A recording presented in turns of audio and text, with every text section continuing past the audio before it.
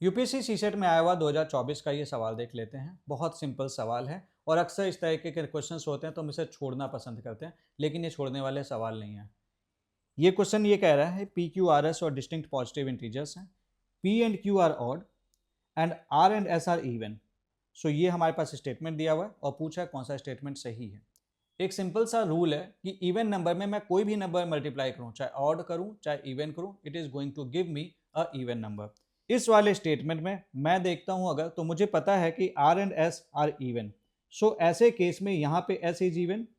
सो even में मैं कोई भी नंबर मल्टीप्लाई करने वाला हूं तो मुझे इवन ही मिलने वाला है। So this is going to be even. इसको मुझे बहुत ज्यादा वेरीफाई करने की जरूरत नहीं है, ये इवन ही देगा क्योंकि एक नंबर मल्टीपल का इवन है। इस क्वेश्चन में इसी तरीके से सिमिलरली देख लेता हूं। इधर क्या हो रहा है मुझे मतलब नहीं है, लेकिन एस इज इवन। सो मैं इसको सीधे बोलूंगा this is going to be even, क्योंकि even into even this is even, even into odd this is going to be odd. लेकिन यहां पे मुझे थोड़ा सा देखने की जरूरत है, तो चलो कोई बात नहीं, चेक कर लेता हूं।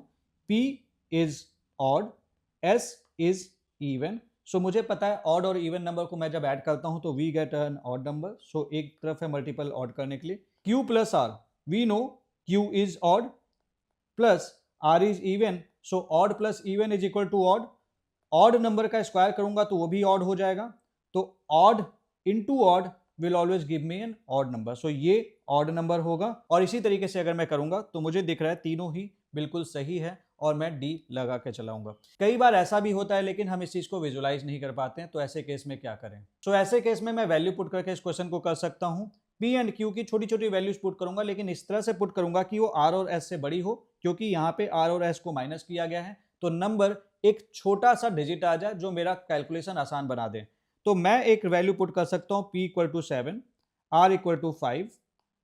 Q की बात कर लूं तो Q मैं 4 मान सकता हूं एंड S को मैं मान सकता हूं 2। तो इसके बाद मैं इन सभी में ये वैल्यू पुट करके देखूंगा कि क्या इवन आ रहा है कि नहीं आ रहा है, ऑड आ रहा है कि नहीं आ रहा है। जैसे कि ये वाला जो है Q plus R that is 4 plus 5 इसका square, this is going to give me 9 square into P plus S 7 into P plus S that is 7 plus 2 that is again 9। So odd square into odd, मुझे दिख रहा है सीधा सीधा ये odd number देगा, तो मुझे यहां से दिख गया कि ये स्टेटमेंट सही है।